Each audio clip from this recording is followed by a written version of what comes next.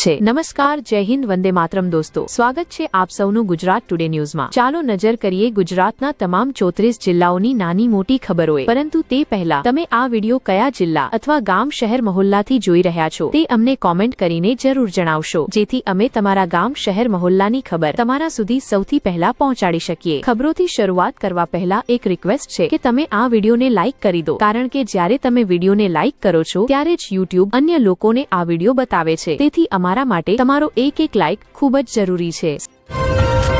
સરકારની મુખ્યમંત્રી બાળ સેવા યોજના બેસહારા બાળકો માટે વરદાન સાબિત થઈ છે। દર મહિને કોરોના અથવા અન્ય કોઈ કારણસર માતા પિતાનું અવસાન થયેલા બાળકોને સીધા બેંક ખાતામાં 4000 રૂપિયા આપવામાં આવે છે। એટલું જ નહીં, આ યોજનાથી લાભાન્વિત થનારી દીકરીના લગ્ન થાય ત્યારે તેને 2 લાખ રૂપિયાની રકમ પણ આપવામાં આવે છે।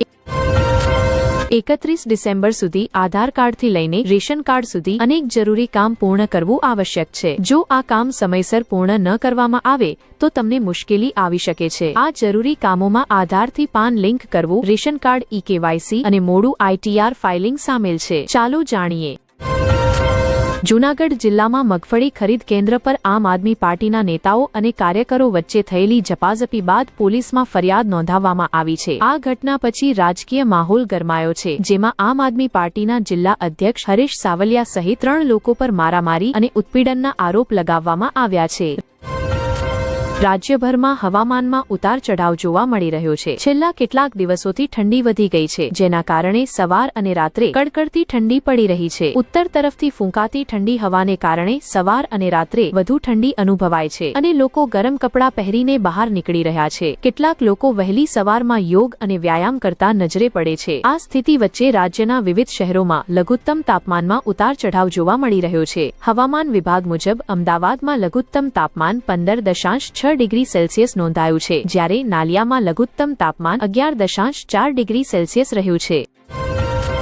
સુરત શહેરના પાલનપુર નહેર રોડ સ્થિત નક્ષત્ર સોલાર કોમ્પ્લેક્સના ભૂતલ પર એક ખુરશી અને સોફાની દુકાનમાં મોડી રાત્રે અચાનક આગ લાગી હતી। ભૂતલ પર આવેલી દુકાનની આગ બહાર લાગેલા બેનર કારણે 4થી માળ સુધી ફેલાઈ ગઈ। આ આગની ચપેટમાં 14 દુકાનો અને એક હોટલ પણ આવી ગઈ। એક દંપતી સહિત લગભગ 7 લોકો ફસાઈ ગયા હતા। ફાયર બ્રિગેડ કર્મચારીઓએ તેમને બચાવી બહાર કાઢ્યા। અગ્નિશમન વિભાગે 2.5 કલાકમાં આગ પર કાબુ મેળવી લીધો।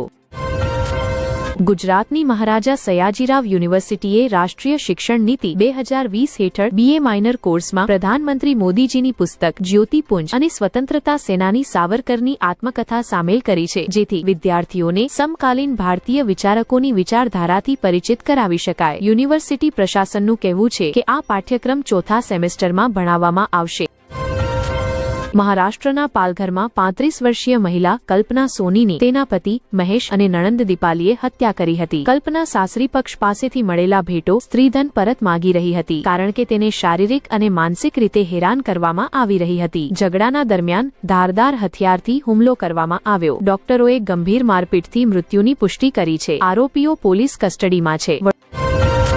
વડોદરાના ધારાસભ્ય યોગેશ પટેલને ડિજિટલ રીતે ધરપકડ કરવાની કોશિશ કરતા સાયબર અપરાધીઓના એક કોલે સનસનાટી મચાવી છે। ધારાસભ્યને એક અજાણ્યા નંબર પરથી કોલ આવ્યો હતો, જેમાં કહેવામાં આવ્યું, હું મુંબઈથી બોલી રહ્યો છું, મેં તમને એક નોટિસ મોકલી છે। આ કોલ પર શંકા જતા યોગેશ પટેલે તાત્કાલિક પોલીસ કમિશનર અને ગૃહ રાજ્ય મંત્રી હર્ષ સંઘવીને જાણ કરી।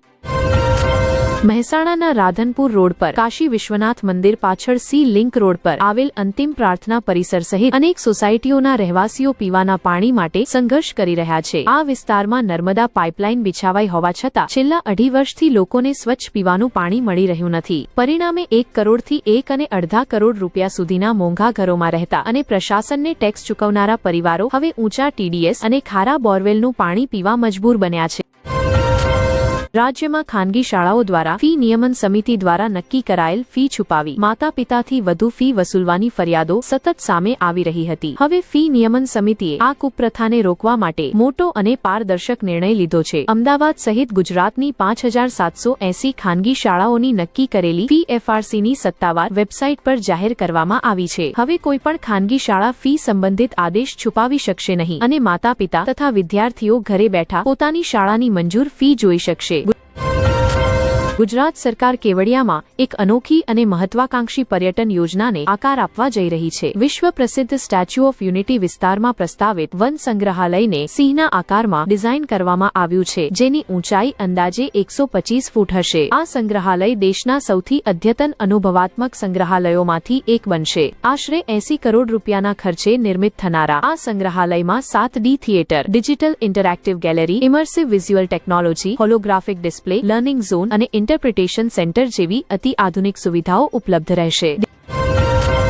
દિલ્હી સરકાર દ્વારા પ્રદૂષણ ઘટાડવા માટે વિવિધ પ્રયત્નો કરવામાં આવી રહ્યા છે. સરકાર પેટ્રોલ, ડીઝલ અને સીએનજી વાહનો પર ગ્રીન સેસ લગાવવાની તૈયારી પણ કરી રહી છે. આવી સ્થિતિમાં કઈ પ્રકારની કાર ખરીદવાથી આવા કરમાંથી રાહત મળી શકે છે? ચાલો જાણીએ.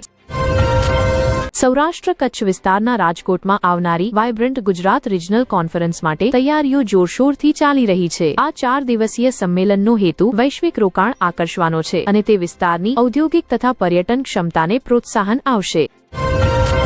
જૂનાગઢ પોલીસે શહેરના ઘન વસ્તીવાળા રહેણાંક વિસ્તારોમાં ગેરકાયદેસર પ્રવૃત્તિઓ પર અંકુશ લાવવા કમર કસી છે. જૂનાગઢ રેન્જના આઈજી નિલેશ જાજડિયા અને એસપી સુબોધ ઓદેદરાના માર્ગદર્શન હેઠળ ક્રાઇમ બ્રાન્ચે આજે વહેલી સવારે શહેરના ઢાળ રોડ અને પડાવાળા ચોક વિસ્તારમાં સર્જિકલ સ્ટ્રાઇક જેવી કાર્યવાહી કરી. રહેણાંક મકાનો અને ઠેલાઓની આડમાં ચાલતા કસાઈખાનાઓ પર પોલીસે દરોડા પાડી 31 નિર્દોષ જીવને ક્રૂરતામાંથી બચાવ્યા.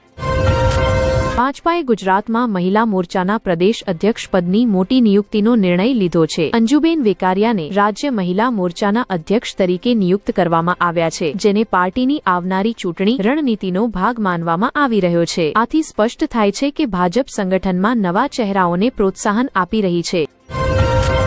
અમદાવાદમાં ભારતીય મેડિકલ એસોસિએશનની 100મી રાષ્ટ્રીય પરિષદ નાટકોન 2025 યોજાઈ હતી, જેમાં દેશભરમાંથી 5000થી વધુ ડોક્ટરો હાજર રહ્યા. વરિષ્ઠ તબીબોને સન્માનિત કરવામાં આવ્યા અને આરોગ્ય સંબંધિત મહત્વના મુદ્દાઓ પર ચર્ચા વિચારણા કરવામાં આવી. ગુજરાતના કચ્છ જિલ્લામાં રિક્ટર સ્કેલ પર 4.4 તીવ્રતાનો ભૂકંપ નોંધાયો હતો, જેના કારણે વહેલી સવારમાં લોકોએ જમીન કંપવાના ઝટકા અનુભવ્યા. હાલ સુધી કોઈ જાનમાલના નુકસાનના સમાચાર નથી, પરંતુ સ્થાનિક લોકો સચેત છે.